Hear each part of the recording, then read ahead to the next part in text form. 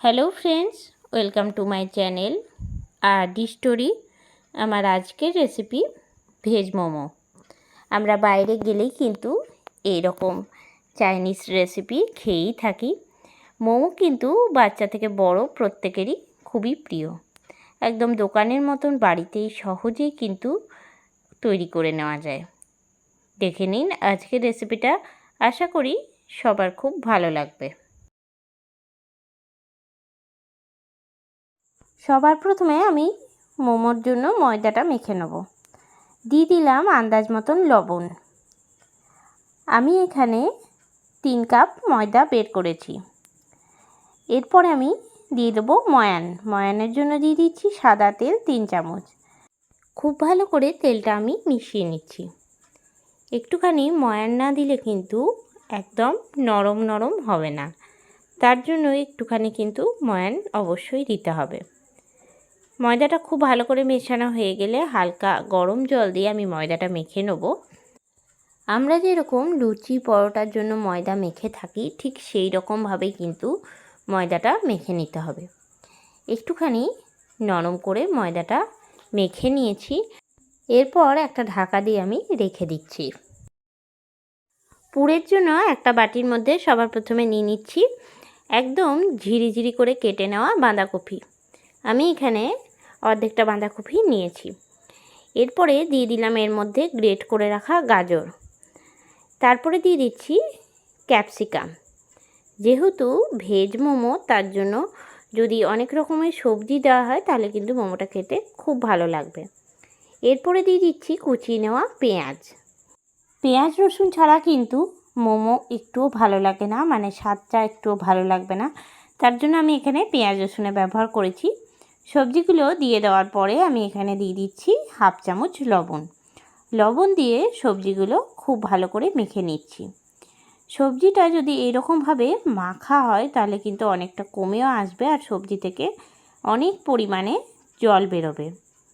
এতে করে সবজিগুলো কিন্তু অনেকটাই নরম হয়ে যাবে। নুন দিয়ে খুব ভালো করে মেখে নিয়ে 10 থেকে 12 মিনিটের জন্য আমি সাইড করে রেখে দেবো। মেখে নেওয়ার পরে আমি একটা মিক্সিং জার নিয়ে নিয়েছি আর এর মধ্যে প্রথমে দিয়ে দিচ্ছি কুচি করে রাখা আদা, দিয়ে দিচ্ছি কাঁচা লঙ্কা 5টা আর দিয়ে দিচ্ছি কয়েক কোয়া রসুন। একদম মিহি পেস্ট না করে একটুখানি আধবাটা করে নিয়ে ফিরে চলে এসেছি আর দিয়ে দিলাম সবজির মধ্যে। সবজিটা যেহেতু মেখে রেখেছি 5 থেকে 7 মিনিট হয়ে গেছে আর অনেকটাই কিন্তু নরম হয়ে গেছে আর তার থেকে অনেকটা পরিমাণে কিন্তু জল বের হয়েছে। আধবাটা করে রাখা আদা রসুন আর লঙ্কা দিয়ে দেওয়ার পরে খুব ভালো করে আমি মিশিয়ে নিচ্ছি চামচ দিয়ে। বেশ কিছুক্ষণ নাড়াচাড়া করে নেওয়ার পরে আমি জলটাকে ছেঁকে নিচ্ছি। হাত দিয়ে আস্তে করে সবজিটাকে চেপে ধরলেই কিন্তু অনেকটা পরিমাণে জল বের হয়ে গেছে। জলটা বের করে নেওয়ার পরে আমি দিয়ে দিচ্ছি কর্নফ্লাওয়ার। আমি এখানে 2 চামচ কর্নফ্লাওয়ার দিয়ে দিলাম। সবজির মধ্যে কর্নফ্লাওয়ার দিয়ে দিলে এর থেকে আর কোনোরূপ জল বের হবে না, আর যেটুকু জল বের হলেও সেটা তার মধ্যে ধরে নেবে। দিয়ে দিলাম সামান্য পরিমাণে লবণ। যেহেতু আগে একবার আমি সবজিটার মধ্যে লবণ দিয়েছি, তার জন্য লবণের পরিমাণটা একটুখানি আন্দাজ করে দিতে হবে। খুব ভালো করে মেখে নিচ্ছি। এরপরে দিয়ে দিচ্ছি হাফ চামচ চিলি ফ্লেক্সটা দিয়ে চামচ দিয়ে আরও একবার মেখে নিচ্ছি। আর এখন কিন্তু সবজিটা অনেকটাই কমে এসছে আর নরমও হয়ে গেছে। এরপর আমি দিয়ে দিচ্ছি ভাজা গুঁড়ো মশলা, এটাও আমি হাফ চামচ দিলাম। দিয়ে নিয়ে খুব ভালো করে মেখে নিচ্ছি। যদি এই মোমো বাচ্চাদের জন্য করে থাকেন তাহলে অবশ্যই ঝালের পরিমাণটা কম দেবেন। সব কিছু দিয়ে নিয়ে আরও একবার ভালো করে মেখে নিয়েছি। পুরটা কিন্তু পুরোপুরিভাবে রেডি হয়ে গেছে। এরপরে আমি মোমোতে খাওয়ার জন্য চাটনিটা তৈরি করে নিচ্ছি। তার জন্য একটা বাটির মধ্যে আমি দিয়ে দিলাম 1 কাপের মতন জলটা প্রথমে গরম করে নেব। তারপরে এর মধ্যে দিয়ে দিচ্ছি 2টো কেটে রাখা টমেটো আর 8 থেকে 10টা শুকনো লঙ্কা। আমি এটা সেদ্ধ করে নেব। 10 থেকে 12 মিনিট পরে খুব ভালো করে একবার নাড়াচাড়া দিয়ে নেব। আর গ্যাসটা বন্ধ করে দিচ্ছি। এখন কিন্তু টমেটো আর শুকনো লঙ্কা খুব ভালো করে সেদ্ধ হয়ে গেছে।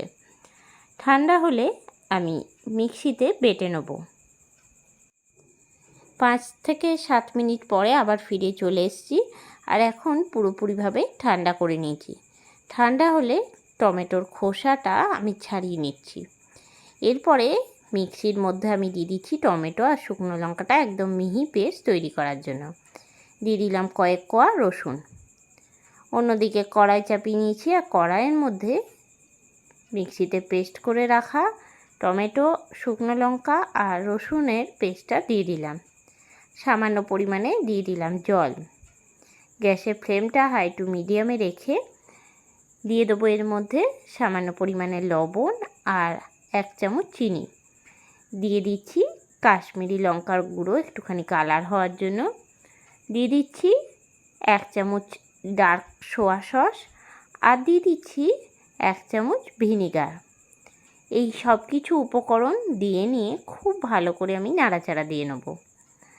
এর মধ্যে কিন্তু আর অন্য কিছু আমি দিচ্ছি না।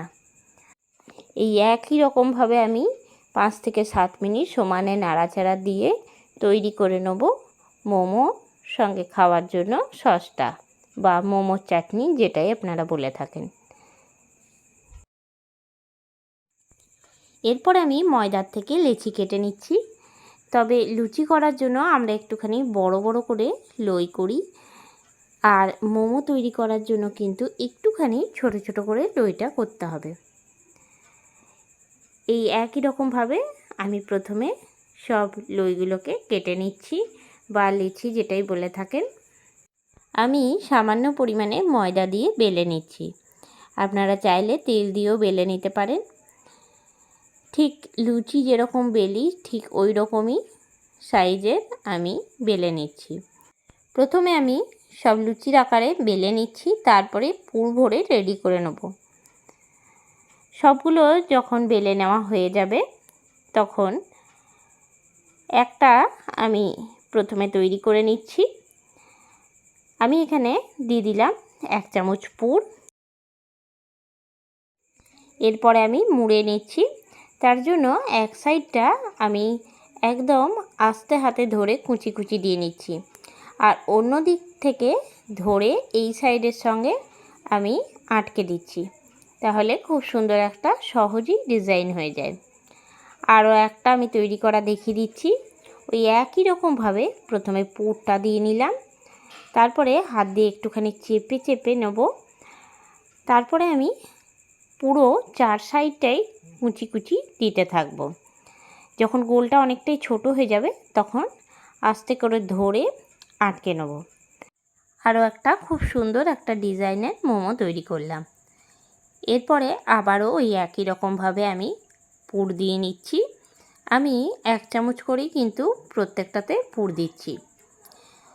আবারও একই রকমভাবে মুড়ে নিচ্ছি। প্রথমে এক সাইডটা আস্তে করে কুচি দিয়ে নিচ্ছি। একদিকটায় যখন কুচি দেওয়া হয়ে যাবে ঘুরিয়ে নিয়ে অন্য পাশটাও ওই একই রকমভাবে আস্তে করে কুচি দিয়ে নিতে হবে।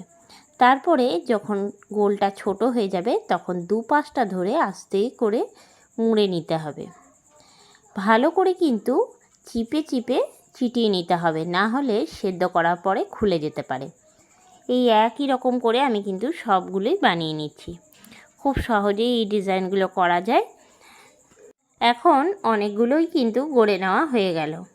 অন্যদিকে একটা ছিদ্রযুক্ত থালা নিয়ে নিয়েছি আর নিচে গরম জলকে খুব ভালো করে ফুটিয়ে নিয়েছি। মোমোগুলো আমি দিয়ে দিচ্ছি ছিদ্রযুক্ত থালার উপরে। থালাটা খুব ভালো করে তেল মাখিয়ে নিয়েছি, যাতে সেদ্ধ হওয়ার পরে মোমোগুলো কোনো রকমে থালার মধ্যে না ছিটে যায়। জল ফুটে গেছে, আস্তে আস্তে করে প্রত্যেকটা মোমো দিয়ে দিয়েছি। দিয়ে দেবো এবার একটা চাপা ঢাকা 10 থেকে 12 মিনিটের জন্য। 10 থেকে 12-15 মিনিট পরে আবারও ফিরে চলে এসেছি।